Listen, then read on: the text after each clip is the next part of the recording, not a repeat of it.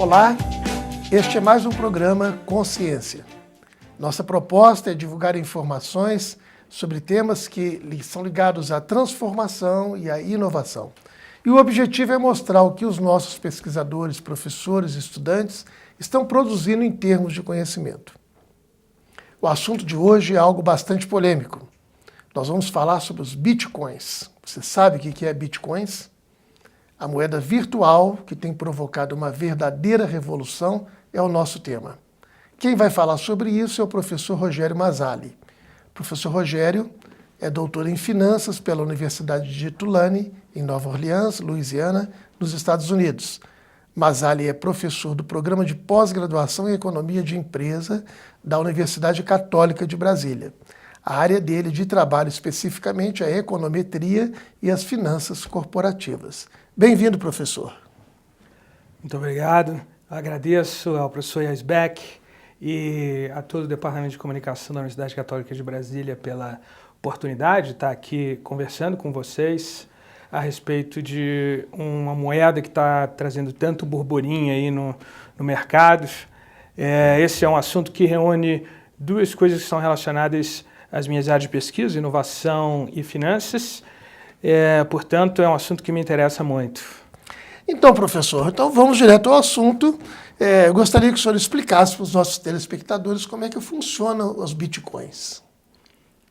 Bom, o que é Bitcoin, basicamente? Bitcoin é uma moeda virtual, privada, né, que é emitida, né, por uma instituição, né, o Bitcoin, e ela é baseada numa tecnologia que foi criada que é o blockchain. Né? E o que é o blockchain? Blockchain é uma forma de você guardar valor, de você guardar informações a respeito de uma mercadoria, de transações, e essa que é descentralizada. Diferente daquilo que a gente tem no sistema atual, que a informação fica toda armazenada num único computador, num único servidor. O blockchain guarda essa informação em todos os computadores que estão compartilhando a rede, né, que é usada em comum por todos eles. E essa moeda, professora, ela tem algum suporte físico, ela é meramente virtual, ela pode ser usada só nas compras de e-commerce na internet ou pode também ser usada no comércio normalmente? Como é que ela funciona? Bom, basicamente o Bitcoin ele não tem um suporte físico, como, por exemplo, você pode imaginar que historicamente as moedas nacionais têm. As moedas, no passado, elas eram lastreadas em ouro, prata, né, metais preciosos. Isso acabou com a Conferência de Bretton Woods, que ocorreu depois da Segunda Guerra Mundial, mas ainda assim você tem uma garantia que é basicamente de palavra, né, dos governos nacionais, de que aquilo vale aquilo que está escrito ali. Isso não acontece com o Bitcoin. O Bitcoin, você tem um valor emitido, que foi trocado por moedas nacionais, e aquilo tem utilidade se você puder trocar por outra coisa. Né? Então, moedas têm três usos, né? Basicamente ela serve para unidade de valor, meio de troca e reserva de valor. Né? E se qualquer mercadoria que se presta a esses três usos, ela pode ser usada como moeda. Né? No Neolítico usava-se sal para fazer essas trocas, né? Então, porque você pode carregar para qualquer lado e não estraga. Né?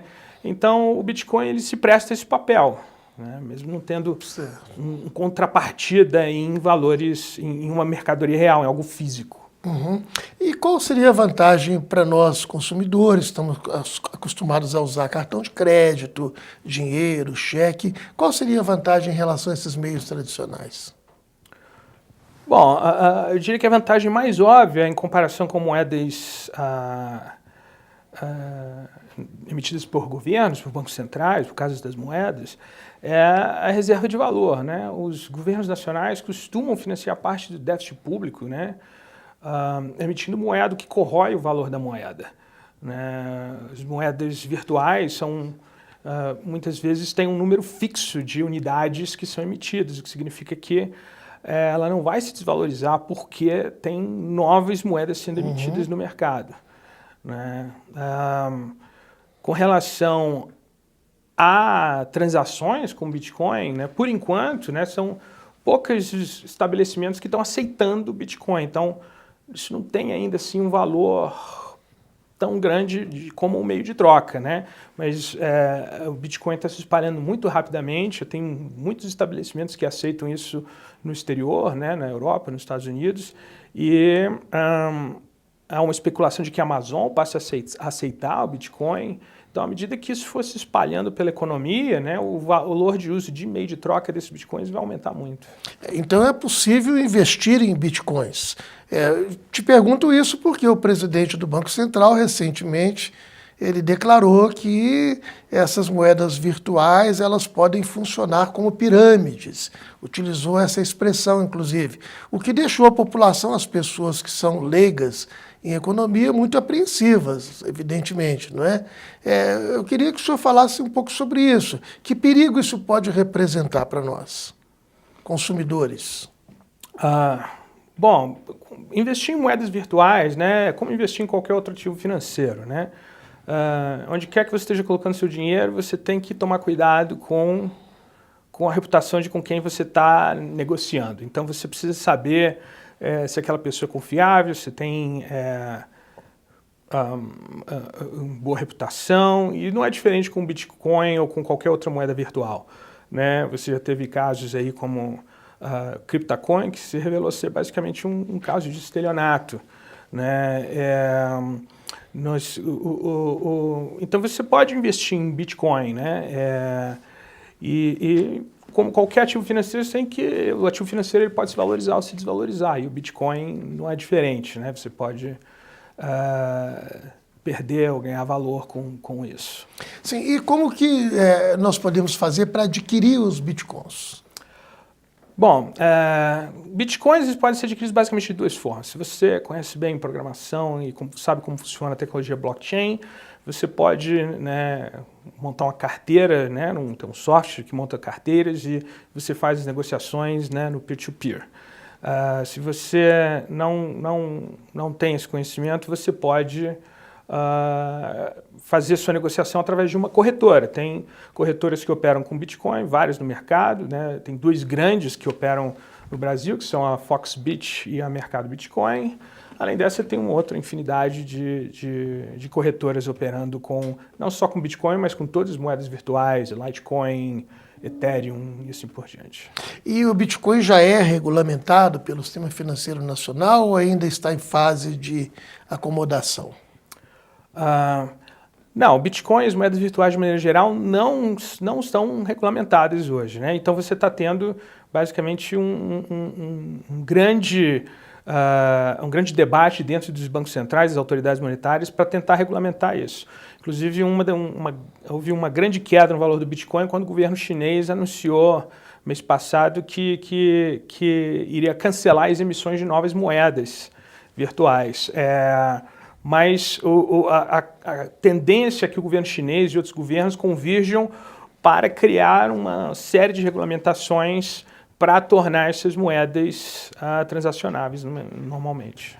E, finalmente, o senhor acredita que isso aí vai pegar e que esse vai ser o novo meio de troca dos próximos 10 anos? Eu acredito que isso tem potencial para se tornar a forma como nós vamos fazer negócios no futuro, né? O Bitcoin já está se espalhando, está sendo adotado por muitas empresas, estão aceitando compras com Bitcoin, né?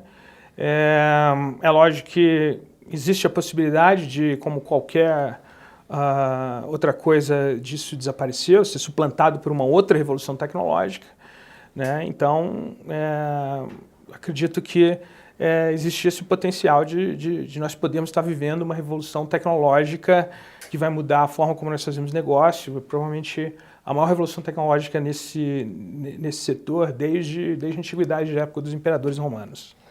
Muito obrigado, professor. Foram ótimas as explicações.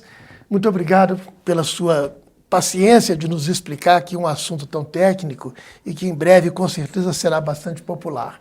Também agradeço a todos vocês pela audiência e até o nosso próximo Consciência.